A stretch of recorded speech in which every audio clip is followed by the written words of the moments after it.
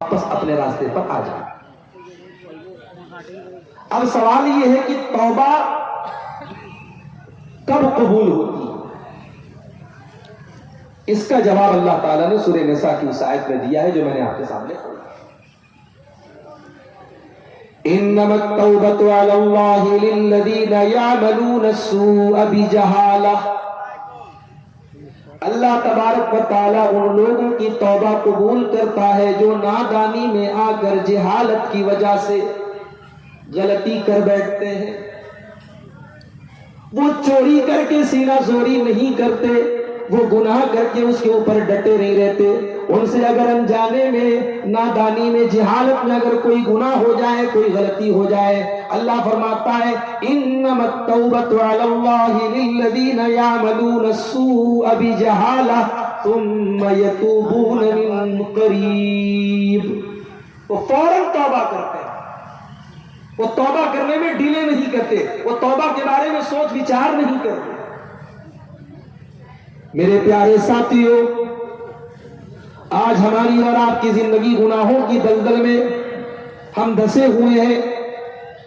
شاید کوئی دن ایسا نہیں گزرتا کہ ہم کوئی نہ کوئی اللہ کی نافرمانی نہیں کرتے، پھر بھی ہم توبہ نہیں کرتے، ہم اللہ کی بارگاہ میں اپنے گناہوں کی معافی نہیں مانگتے۔ آخر ایسا کیوں ہے؟ کیا ہمیں اس بات کا احساس نہیں ہے کہ موت کا ہرکارہ کبھی بھی ہمارے پاس آ سکتا ہے، اور موت کو اپنے سامنے دیکھنے کے بعد پھر اگر ہم توبہ کریں گے تو اللہ ہماری توبہ قبول نہیں کرے گا۔ حَتَّى إِذَا جَاءَ أَحَدَهُمُ الْمَوْتُ قَالَ رَبِّ ارْجِعُونِ۔ میرے بندو، جب موت آتی ہے میرا بندہ کہتا ہے اللہ ایک موقع تو مجھے اور دے دے، ایک چانس مجھے اور دے دے، ایک بار تو دنیا میں جانے کا موقع مجھے اور دے دے۔ لَعَلِّي أَعْمَلُ صَالِحًا فِي مَا تَرَكْتُ۔ اے اللہ ایک موقع اور دے دے، میں وعدہ کرتا ہوں اب کوئی گناہ نہیں کروں گا، کوئی نافرمانی نہیں کروں گا، نیک عمل کروں گا، تجھے راضی کرنے والا عمل کروں گا۔ اللہ فرماتا ہے کلا انہا کلمۃ هو قائلها۔ اے میرے بندے، یہ تو بس تیرے دل کی ایک بات ہے، تیری ایک تمنا ہے جو تیرے منہ سے نکل رہی ہے۔ اے میرے بندے، تیری یہ تمنا کبھی پوری ہونے والی نہیں ہے۔ وَمِن وَرَائِهِمْ بَرْزَخٌ إِلَىٰ يَوْمِ يُبْعَثُونَ۔ اب تیرے مرنے کے بعد اب تیرا دنیا سے کوئی کنیکشن نہیں بچا، اب تو برزخ کی زندگی گزارے گا۔ اب تیرے بیچ میں اور دنیا والوں کے بیچ میں ایک دیوار کھڑی ہو گئی۔ اب تیرے ساتھ جو معاملہ ہوگا وہ دنیا والوں کو نہیں پتا، اور دنیا والوں کے ساتھ جو معاملہ ہے وہ تجھے نہیں پتا۔ مرنے کے بعد پھر آپ کو توبہ کا موقع ہے۔ اسی لیے اللہ کے پیارے نبی فرماتے ہیں ان اللہ یقبل توبۃ العبد ما لم یغرغر۔ اللہ تعالیٰ بندے کی توبہ تب تک قبول کرتا ہے جب تک غرغرہ نہ آ جائے، جب تک جاں کنی کا عالم نہ آ جائے، جب تک انسان موت کو اپنے سامنے نہ دیکھ لے۔ جب موت کو اپنے سامنے دیکھ لے گا پھر توبہ قبول نہیں ہوگی۔ توبہ تو فرعون نے بھی کی تھی۔ فرعون نے جب موت کو اپنے سامنے دیکھا اور دریائے کلثوم میں ڈوبنے لگا، وہی فرعون جو موسیٰ علیہ السلام کو دھمکی دیتا تھا، جو فخر کرتا تھا اپنی حکومت پر، اپنی طاقت پر، اللہ کا مذاق اڑاتا تھا، موسیٰ علیہ السلام کا مذاق اڑاتا تھا، جب پانی میں ڈوبنے لگا تو کیا کہتا ہے آمنت بالذی آمنت بہ بنو اسرائیل۔ میں اس اللہ کے اوپر ایمان لاتا ہوں جس اللہ کے اوپر بنی اسرائیل ایمان رکھتے ہیں۔ اللہ نے فرمایا الآن وقد عصیت من قبل۔ اے فرعون، اب تیرے ایمان لانے کا کوئی مطلب نہیں ہے، ساری زندگی تو نافرمانیوں میں گزارتا رہا، اللہ کو ناراض کرتا رہا، گناہ پر گناہ کرتا رہا، آج موت کو سامنے دیکھ کر کے تو توبہ کر رہا ہے، آج تیری توبہ قبول نہیں ہوگی۔ مرنے کے پہلے توبہ کرنا ہے میرے ساتھ۔ اور ہم کب مریں گے ہم کوئی گارنٹی نہیں لے سکتے، کہاں مریں گے اس کی بھی کوئی گارنٹی نہیں۔ وَمَا تَدْرِي نَفْسٌ بِأَيِّ أَرْضٍ تَمُوتُ۔ کوئی نہیں جانتا کہ وہ کہاں مرے گا۔ آپ کے اسی کٹیہار کے قریب میں لابھا کے علاقے کے ایک عالم دین ساؤتھ انڈیا میں چندہ کرنے کے لیے رمضان میں جاتے ہیں، ٹرین کے اوپر چڑھنے لگتے ہیں، پاؤں پھسل جاتا ہے، اور ٹرین کی پٹری کے اوپر وہ گر جاتے ہیں اور وہیں گرنے کے بعد ان کا آن دا اسپاٹ انتقال ہو جاتا ہے. ان کے بچوں کو پتہ لگتا ہے, کسی طریقے سے ان کی باڈی کو بلوایا جاتا ہے, وہ گئے تھے ادارے کا چندہ کرنے کے لیے اور گھر ان کی میت آتی ہے. میرے پیارے ساتھیوں, کوئی نہیں جانتا وَمَا تَدْرِي نَفْسٌ بِأَيِّ أَرْضٍ تَمُوتُ, کوئی نہیں جانتا کہ وہ کب مرے گا, کہاں مرے گا. ابھی 1 ہفتہ پہلے کا واقعہ ہے, جھارکھنڈ کے دیوگھر میں ایک پروگرام میں گیا تھا. رات میں 12 بجے پروگرام سے نکلا, آدھا گھنٹے کے بعد میرے موبائل پر کال آیا, مولانا یہاں پر ایک حادثہ ہو گیا. میں نے کہا کیا معاملہ ہے؟ کہا کہ ایک نوجوان, بالکل ینگ لڑکا, 20-22 سال کا نوجوان, جو قرآن کا حافظ بھی تھا, اور بعد میں جب فوٹو لوگوں نے بھیجا تو مجھے یاد آیا وہ لڑکا تقریر میں اسٹیج کے پاس بھی آیا تھا. تقریر کے بعد اس نے مجھ سے مصافحہ بھی کیا تھا. 2 چھوٹے چھوٹے بچوں کا باپ تھا.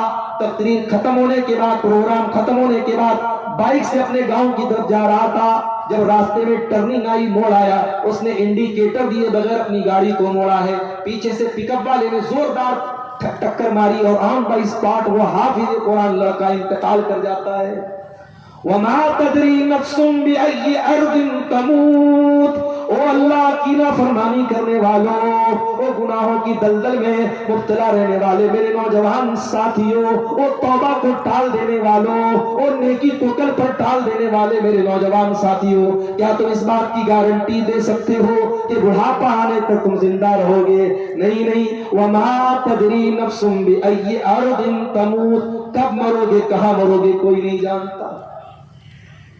اللہ کے پیارے نبی ایک حدیث میں فرماتے ہیں کہ جس زمین پر انسان کی موت لکھی رہتی ہے, اللہ تبارک و تعالیٰ اس زمین تک کسی نہ کسی طریقے سے پہنچا دیتا ہے. وہ سرزمین آپ کو اپنے آپ آٹومیٹک کھینچ لے گی. علامہ احسان الہی ظہیر ہماری جماعت کے بہت بڑے عالم تھے, ہمارے پڑوسی ملک کے رہنے والے تھے. لاہور میں تقریر کر رہے تھے, دشمنوں کی سازش ہوئی, بم دھماکہ ہوا, اس موقع پر کئی علماء شہید ہو گئے. علامہ احسان الہی ظہیر بھی سخت طریقے سے زخمی ہوئے. سعودی عرب کی حکومت نے ان کے علاج معالجے کے لیے ان کو ریاض بلوایا. فلائٹ سے ریاض پہنچایا گیا. ریاض کے ہاسپٹل میں دوران علاج علامہ احسان الہی ظہیر نے دم توڑ دیا. ان کی لاش کو, ان کی میت کو مدینہ کے اندر لایا گیا. مسجد نبوی کے اندر ان کی جنازے کی نماز پڑھائی گئی, اور بقیع کے قبرستان میں جہاں 10,000 سے زیادہ صحابہ کرام کی قبریں دفن ہیں, اس قبرستان میں علامہ احسان الہی ظہیر کو دفنایا گیا. انتقال کہاں ہوا, موت کہاں ہوئی, دفن کہاں ہوئے, میرے پیارے ساتھیوں ہم نہیں جانتے ہم کب اور کہاں ہوئے. اسی لیے عبداللہ ابن عمر کہا کرتے تھے اذا اصبحت فلا تنتظر المساء, جب صبح ہو جائے تو شام کا انتظار نہ کیا کرو. وَإِذَا أَمْسَيْتَ فَلَا تَنْتَظِرِ الصَّبَاحَ, جب شام ہو جائے تو صبح کا انتظار نہ کیا کرو. زندگی کے ہر دن کو آخری دن سمجھ کر کے گزارا کرو. تو اللہ کہہ رہا ہے ہم توبہ سب کی قبول نہیں کرتے. انما التوبة على الله للذين يعملون السوء بجهالة ثم يتوبون من قريب. ہم تو ان کی توبہ قبول کرتے ہیں جو نادانی میں آ کر کبھی گناہ کا کام کر بیٹھتے ہیں تو جلدی سے توبہ کر لیتے ہیں. اچھا پتہ ہے شیطان گناہ کے بعد گناہ کرنے سے پہلے بھی یہ احساس دلاتا ہے کہ ابھی گناہ کر لو بعد میں سدھر جانا. یوسف علیہ السلام کے بھائیوں نے جب ان کو قتل کرنے کی پلاننگ کی تو ذرا دیکھو شیطان نے ان کے دل میں کیا وسوسہ ڈالا. کہا کہ اقتلوا یوسف او اطرحوه ارضا یخل لکم وجه ابیکم وتکونوا من بعده قوما صالحین. آپس میں مشورہ کر رہے ہیں کہ کیا کیا جائے, ہمارا باپ یوسف سے زیادہ محبت کرتا ہے, ہم سے کم کرتا ہے. علماء نے لکھا ہے اس آیت کی تفسیر میں کہ باپ اگر اپنی کسی اولاد سے زیادہ محبت کرتا ہے تو بھی اظہار نہیں کرنا چاہیے, ورنہ باقی بچوں کے دل میں حسد پیدا ہوتا ہے. یہ تو نیچرل بات ہے. باپ کو کسی ایک بیٹے سے, کسی ایک بچے سے زیادہ محبت ہو سکتی ہے, نیچرل بات ہے, دل پر کسی کا کنٹرول نہیں ہے, مگر حق دینے میں سب کے ساتھ انصاف کرنا. معاف کرنا میرے پیارے ساتھیوں، آج ہمارے سماج میں بہت سارے ایسے باپ بھی آپ کو مل جائیں گے جو اولاد کے درمیان ناانصافی بھی کرتے ہیں، ایک اولاد کو زیادہ دیتے، ایک اولاد کو کم دیتے ہیں، ایک اولاد کو کچھ بھی نہیں دیتے ہیں۔ کان کھول کر کے سن لیں، ایسے ماں باپ، ایسے باپ سن لیں جو اپنے بچوں کے ساتھ ناانصافی کرتے ہیں۔ اللہ کے نبی نے بڑی سخت وعید فرمائی، آپ نے فرمایا اتقوا اللہ وعدلوا بین اولادکم، اللہ سے ڈرا کرو، اپنی اولاد کے درمیان انصاف کیا کرو، ناانصافی مت کیا کرو۔ یعقوب علیہ السلام ناانصافی تو نہیں کر رہے، مگر یوسف اتنے پیارے تھے، اتنے خوبصورت تھے، اور پھر یوسف کی ماں بھی نہیں تھی، دوسری ماں تھی ان کی، تو یوسف اور ان کے بھائی بنیامین کو زیادہ پیار کرتے تھے، اور یہی بات باقی 10 بھائیوں کو پسند نہیں ہے۔ کہا کہ قتل کر دو یوسف کو یا کسی ریگستان میں چھوڑ دو، جب یوسف نہیں رہیں گے نہ باس رہے گا نہ بانسری بجے گی، جب یوسف ہی ختم ہو جائیں گے پھر ہمارا باپ ہم سے محبت کرے گا۔ وَتَكُونُوا مِن بَعْدِهِ قَوْمًا صَالِحِينَ، آج یوسف کو قتل کر دیتے ہیں، کل توبہ کر لیں گے، نماز پڑھ لیں گے، روزہ رکھ لیں گے، کل نیک بن جائیں گے، آج یہ گناہ کا کام کر لیتے ہیں۔ شیطان کا بہت بڑا دھوکہ ہے یہ میرے ساتھ، شیطان آج آپ سے کہتا ہے گناہ کر لے، اور شیطان کہتا ہے کل سدھر جانا۔ شاعر نے بڑی سچی بات کہی ہے، کل نہ کر کل کا کوئی بھروسہ نہیں، کل تو کل ایک پل کا بھروسہ نہیں، ایک پل کا بھروسہ نہیں ہے، آپ کل کی بات کرتے ہیں۔ اس لیے اللہ کہتا ہے ہم ان کی توبہ قبول کرتے ہیں جو جلدی سے توبہ کرتے ہیں۔ پھر فرمایا وَكَانَ اللَّهُ عَلِيمًا حَكِيمًا، اللہ تعالیٰ سب کچھ جانتا ہے، اللہ تعالیٰ بہت حکمت والا ہے۔ وَلَيْسَتِ التَّوْبَةُ لِلَّذِينَ يَعْمَلُونَ السَّيِّئَاتِ، اللہ ان کی توبہ قبول نہیں کرے گا جو گناہ پر گناہ کرتے رہتے ہیں۔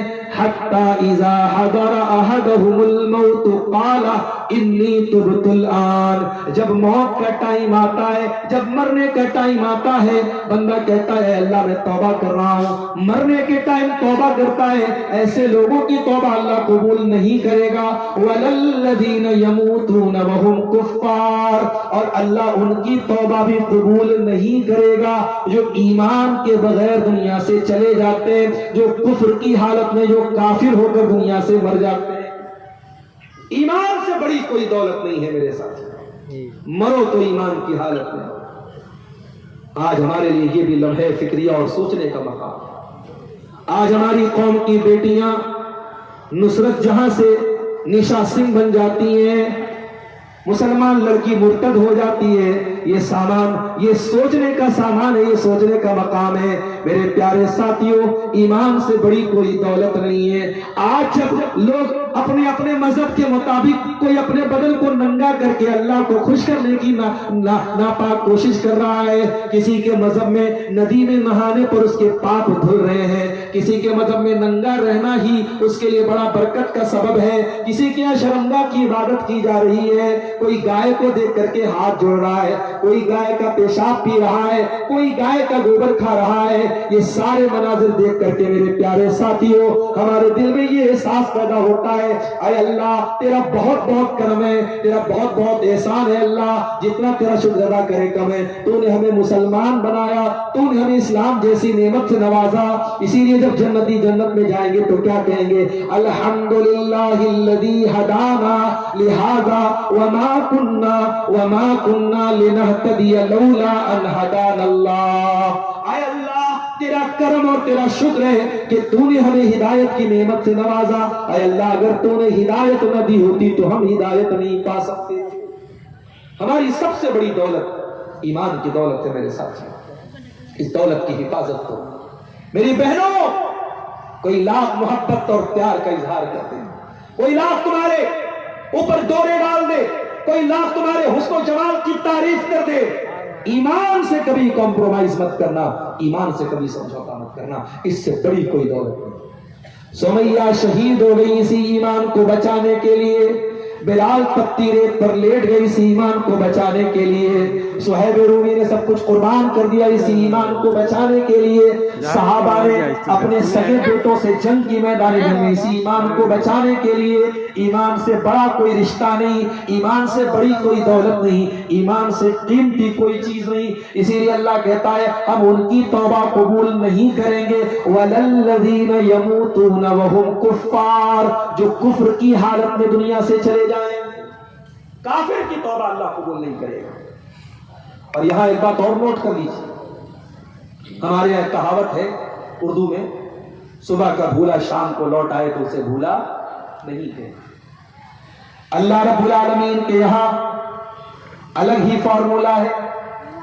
ہمارے یہاں اگر کوئی بھولا صبح کا بھولا شام کو لوٹ جائے تو ہم کہتے ہیں صاحب اس کو بھولا مت تو۔ اللہ کا قانون کیا ہے ذرا سن لیجیے، قرآن کا 19واں پارہ اٹھائیے، اللہ فرماتا ہے میرے نیک بندے والذین لا يدعون مع اللہ الہا آخر، میرے نیک بندے شرک نہیں کرتے، ولا یقتلون النفس التي حرم اللہ الا بالحق، کسی بے قصور کی ہتیا نہیں کرتے، ولا یزنون، اور زنا نہیں کرتے، میرے نیک بندے یہ تین بڑے بڑے مہا پاپ نہیں کرتے۔ اگر کوئی پوچھے آپ سے کہ اسلام میں مہا پاپ کیا ہے، اسلام میں سب سے بڑا گناہ کیا ہے، تو بتا دینا سب سے بڑا گناہ شرک ہے، پھر قتل ہے، پھر زنا ہے۔ یہ تین میجر کرائم ہے اسلام میں، سب سے بڑے گناہ ہیں، شرک کرنا، قتل کرنا، زنا کرنا۔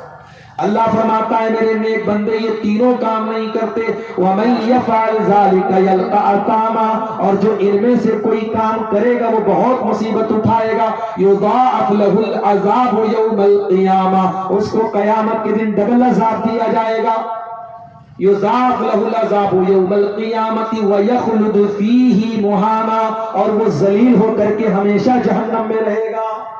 اگر کوئی شرک کر کے، قتل کر کے اور زنا کر کے اللہ کیا جائے گا، ذلیل ہو کر کے جہنم میں رہے گا۔ اب ذرا اگلی آیت سنیے، اِلَّا مَن تَابَ وَآمَنَ وَعَمِلَ عَمَلًا صَالِحًا، ہاں اگر کوئی توبہ کر لے اور ایمان لے آئے اور نیک عمل کرے، فَأُولَئِكَ يُبَدِّلُ اللَّهُ سَيِّئَاتِهِمْ حَسَنَاتٍ، اللہ فرماتا ہے ہم ان کے گناہوں کو نیکیوں میں بدل دیں گے۔ کل تک شراب پیتا تھا، کل تک زنا کرتا تھا، کل تک چوری کرتا تھا، کل تک حرام کام کرتا تھا، آج اللہ کی بارگاہ میں سچی توبہ کر لے، اللہ اس کے اکاؤنٹ کی، اس کے نام اعمال کی ساری برائیوں کو اللہ نیکیوں میں بدل دے گا۔ وارے کریم تیری رحیمی، وارے رحیم تیری رحمت، وارے کریم تیرا کرم، وارے رحمان تیری رحمت کے کیا کہنے میرے بھائیوں، اس اللہ کی شان کریمی کے کیا کہنے کہ وہ ایک گنہگار اگر سچی توبہ کر لے اس کے گناہوں کو نیکیوں میں بدل دے۔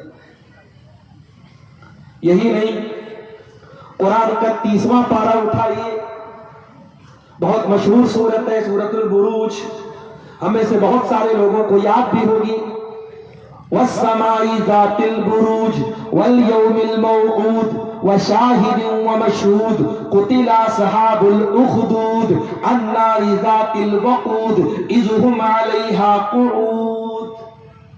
اللہ نے سورہ بروج میں واقعہ بیان کیا، کسی دور میں ایمان لانے والوں کو کافروں نے خندق کھود کر کے، کھائی کھود کر کے، گڈھا کھود کر کے زندہ جلا دیا تھا۔ عربی میں کھائی کو اخدود بولتے ہیں، کھائی کھود کر کے، گڈھا کھود کر کے ایمان والے بچوں کو، عورتوں کو، مردوں کو زندہ جلا دیا تھا۔ وَمَا نَقَمُوا مِنْهُمْ إِلَّا أَن يُؤْمِنُوا بِاللَّهِ الْعَزِيزِ الْحَمِيدِ، اور ایمان لانے والوں کا جرم کیا تھا؟ آج فلسطین کے شہر غازہ پر اسرائیل بمباری کرتا ہے، چھوٹے چھوٹے بچوں کی لاشوں کے ٹکڑے ہو جاتے ہیں، کیا قصور ہے ان مسلمانوں کا؟ قرآن 1400 سال پہلے جواب دیتا ہے ہر دور میں، وَمَا نَقَمُوا مِنْهُمْ إِلَّا أَن يُؤْمِنُوا بِاللَّهِ الْعَزِيزِ الْحَمِيدِ۔ اے ایمان والو، تم پر ظلم و ستم کے پہاڑ توڑے جائیں گے، تم بے قصور رہو گے تب بھی تم کو مارا پیٹا جائے گا، تمہارا جرم یہی ہے کہ تم مسلمان ہو، تمہارا جرم یہ ہے کہ تم اللہ کے اوپر ایمان رکھتے ہو۔ ہر دور میں اہل باطل کا طریقہ رہا ہے ایمان والوں کو ستانا اور ان کو تکلیف دینا۔ کسی زمانے میں اصحاب کہف، وہ چند نوجوان جنہوں نے اپنے باپ کی حویلی کو چھوڑ کر اپنے ایمان کو بچانے کی خاطر ایک پہاڑ کی گفا میں جا کے پناہ لی تھی، ان نوجوانوں نے آپس میں کیا کہا تھا؟ انہم ان یظہروا علیکم یرجموکم او یعیدوکم فی ملتہم ولن تفلحوا اذا ابدا۔ ان نوجوانوں نے آپس میں مشورہ کیا، اگر دشمن ہم کو پا گیا تو یا تو جان سے مار دے گا، یا مرتد کر دے گا، کافر بنا دے گا، مشرک بنا دے گا، اور اگر ہم مشرک ہو گئے، کافر ہو گئے تو پھر ہم سے زیادہ خسارہ اٹھانے والا، ہم سے زیادہ نقصان اٹھانے والا کوئی نہیں ہوگا۔ ہر دور میں اہل باطل کا ایک ہی مشن ہے، وَلَن تَرْضَىٰ عَنْكَ الْيَهُودُ وَلَا النَّصَارَىٰ حَتَّىٰ تَتَّبِعَ مِلَّتَهُمْ۔ ان کا ایک ہی مشن ہے کہ اے مسلمانوں، تم اپنے دین کو چھوڑ دو، اپنے اللہ کی محبت چھوڑ دو، اپنے رسول کی محبت چھوڑ دو، اپنے ایمان کی محبت چھوڑ دو، تم ان کے نقش قدم پہ چلو۔ ہر دور میں ان کا مشن یہی رہا ہے۔ اصحاب الاخدود نے ایمان والوں کو جلا ڈالا۔ اب ذرا غور سے سنیے گا جو نقطہ میں بیان کرنے جا رہا ہوں۔ وَمَا نَقَمُوا مِنْهُمْ إِلَّا أَن يُؤْمِنُوا بِاللَّهِ الْعَزِيزِ الْحَمِيدِ۔ انہوں نے ایمان والوں کو کیوں جلا دیا؟ کس بات کی سزا دی؟ سزا اس بات کی دی کہ وہ اللہ کے اوپر ایمان لے آئے۔ الَّذِي لَهُ مُلْكُ السَّمَاوَاتِ وَالْأَرْضِ، وہ اس اللہ کے اوپر ایمان لے آئے جو اللہ آسمانوں کا بھی بادشاہ ہے، زمین کا بھی بادشاہ ہے۔ وَاللَّهُ عَلَىٰ كُلِّ شَيْءٍ شَهِيدٌ، اور جو اللہ ہر چیز کے اوپر نگراں ہے۔ اس کے بعد اللہ کہتا ہے ان الذين فتنوا المؤمنين والمؤمنات ثم لم يتوبوا فلهم عذاب جہنم ولهم عذاب الحریق۔ او لوگوں جنہوں نے میرے ایمان والے بندوں کو جلا ڈالا، ان کو آزمائش میں ڈالا، ان کو قتل کیا، اور پھر توبہ نہیں کی، پھر اللہ سے معافی نہیں مانگی، ان کو ہم جہنم کی آگ میں جلائیں گے۔ ذرا غور کرو، جنہوں نے ایمان والوں کو زندہ جلا دیا، اللہ ان کو بھی توبہ کی دعوت دیا۔ جنہوں نے رحمان کے بندوں کو جلا ڈالا، اللہ کے بندوں کو زندہ جلا دیا، اللہ ان کو بھی توبہ کی دعوت دے رہا ہے۔ یہ اللہ کریم کا کرم ہے میرے پیارے ساتھیوں، یہ اللہ رحیم کی رحمت ہے، یہ اس رحمت والے رب کی یہ شان ہے میرے پیارے ساتھیوں۔ اور اب ایک آیت میں قرآن کی پڑھنے جا رہا ہوں، یہ وہ آیت ہے عبداللہ بن مسعود کہا کرتے تھے کہ گنہگاروں کو سب سے زیادہ کو پریشان کیا ہے، لا تقنطوا من رحمت اللہ، اے گنہگاروں تم اللہ کی رحمت سے کبھی مایوس نہ ہونا۔ توبہ کا دروازہ کھلا ہے، معافی کا دروازہ کھلا ہے، آ جاؤ، اللہ تمہیں معاف کرنے کو تیار ہے، تم پر کرم کرنے کو تیار ہے، تم اللہ کی رحمت سے کبھی مایوس نہ ہونا۔ ان اللہ یغفر الذنوب جميعا، تم سچی توبہ تو کر کے دیکھو، اللہ تمہارے سارے گناہوں کو معاف کر دے گا۔ بنی اسرائیل میں ایک آدمی نے 99 لوگوں کو قتل کیا تھا، 99 لوگوں کا مرڈر کیا تھا۔ پھر اس کے دل میں توبہ کا خیال آیا، اس نے پوچھا کسی سے اس دور کا سب سے بڑا عالم کون ہے؟ اس زمانے میں یوٹیوب نہیں تھا، ورنہ جس کا یوٹیوب پر ویو زیادہ آتا لوگ اس کو بتا دیتے یہ سب سے بڑا عالم ہے کہ نہیں؟ تو بھائی یوٹیوب کے حساب سے عالم کا کیٹیگرائزیشن طے ہوتا ہے۔ ہمارے پڑوسی ملک میں بیوقوف ہے، وہ کہتا ہے میرے اتنے سبسکرائبر ہیں، اتنے لاکھ سبسکرائبر ہیں، اگر عیسیٰ علیہ السلام بھی آج دنیا میں آ جائیں تو میرے فالوور سے زیادہ ان کے فالوور نہیں ہیں۔ استغفر اللہ۔ اور دنیا کہتی ہے صاحب بہت بڑا اسکالر ہے وہ، ایسے اسکالروں کو ہم اپنے جوتے کی نوک پہ رکھتے ہیں۔ آج سوشل میڈیا کا دور ہے، آج کسی کے فیس بک پر دیوانے چند لوگ ہو گئے، یوٹیوب پر اس کے فالو کرنے والے، اس کے چینل کو سبسکرائب کرنے والے اور لائک کرنے والے چند لاکھ ہو گئے، تو ہم نے سمجھ لیا صاحب سب سے بڑا علامہ بن گیا۔ نہیں میرے ساتھی، علم الگ چیز ہے، شہرت الگ چیز ہے۔ علم الگ چیز ہے اور دنیا والوں میں لائک پا لینا الگ چیز ہے۔ اس آدمی نے 99 لوگوں کے قاتل نے پوچھا سب سے بڑا عالم کون ہے؟ لوگوں نے بتایا فلاں کے پاس چلے جاؤ۔ فلاں کے پاس گیا تو وہ عالم نہیں تھا، وہ راہب تھا۔ What is the difference between Alam and راہب؟ راہب اور عالم میں کیا فرق ہے؟